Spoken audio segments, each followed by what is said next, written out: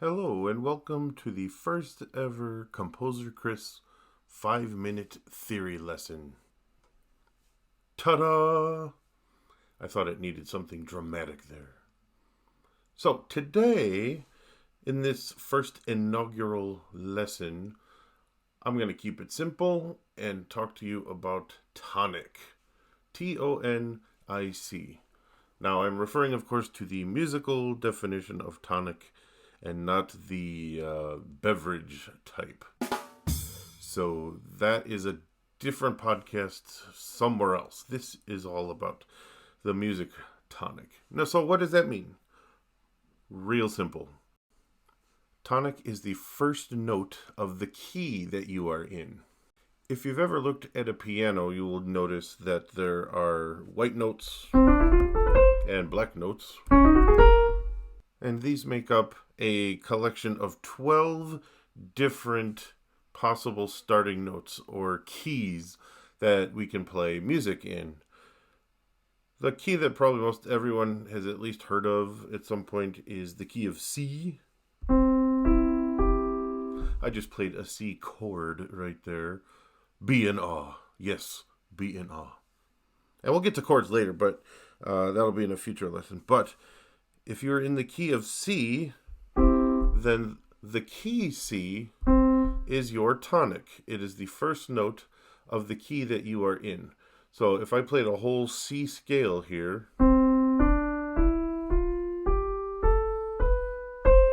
it has 7 different notes before I get back to the next C, up an octave from where I started. So I've got notes 1, 2, 3, 4, 5, 6, 7, and then the 8th note is the 1 again, the next C. So the first note of any scale or any key that I'm in is the tonic of that key. So the key of C major, the tonic is C. All right, let's see how well you've paid attention. If I'm in the key of G, what would the tonic of G be? If you said G, you're correct. All right, let's explore this further. What if I'm in the key of A? If you said A is the tonic, you are correct. So why am I starting with tonic as opposed to letter names or beat names or beat durations, or counting, things like that?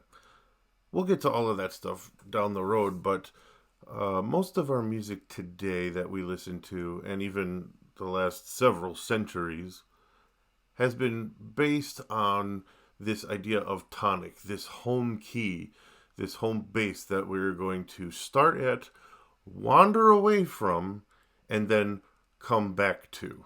That's really what so much of Western, and Western meaning having its roots in European culture and structures, that's been the goal, the point of all of it, is we start at our home base, our tonic, and then we wander away, exploring different ideas or key relationships around that tonic, and then we return to it.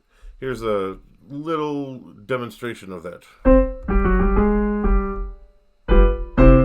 Everybody knows that, right? The old shave and haircut. We start on the tonic, and then it wanders away, and then it wants to get back. And that's where it ends. So many of the simple songs we all know or were taught as children, songs we may have sung in school choirs or in churches, all through pop music that we hear on the radio.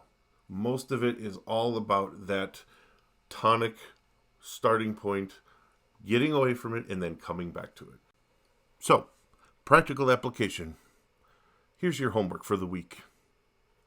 As you're listening to music, see if you can identify what the tonic is of whatever you're listening to.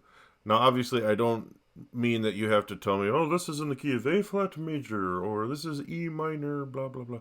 No, that's not what I mean. I'm just like, as you're listening, can you hum or sing or match the pitch that seems to be more important than all the other pitches, the place that it keeps coming back to. If you can, that's probably the tonic of that piece of music or that song. So give it a try, see what happens. All right, so that will conclude this first 5-minute music theory lesson. Now, I didn't time it. It's probably a little shorter, but you get the idea. The idea is, hey, short music theory lessons, but 5 minutes has such a nice hook to it, so I thought, yeah, that's what I'm going to use. Thank you again for listening.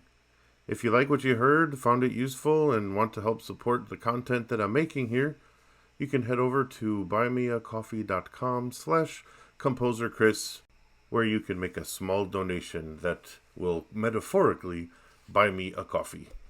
Options for monthly support or one-time donations are both available.